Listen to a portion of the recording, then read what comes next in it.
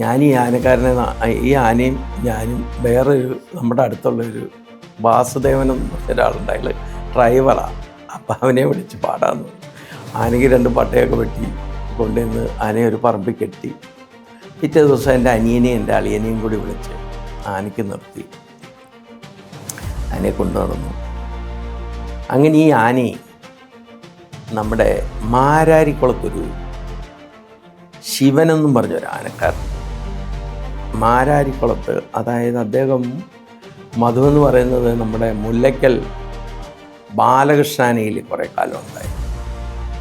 അദ്ദേഹം അന്ന് ദേവസ്വത്തിലൊന്നും ജോലിയിൽ പ്രവേശിക്കാത്ത കാലവും ഞാനും ദേവസ്വത്തിൽ പ്രവേശിക്കാത്ത കാലവും ഞങ്ങൾ തമ്മിലുള്ള പരിചയത്തിൻ്റെ പേരിൽ ഇദ്ദേഹം ഈ ആനയെ എഴുന്നള്ളിപ്പ് ആവശ്യത്തിനായിട്ട് ചോദിച്ചു.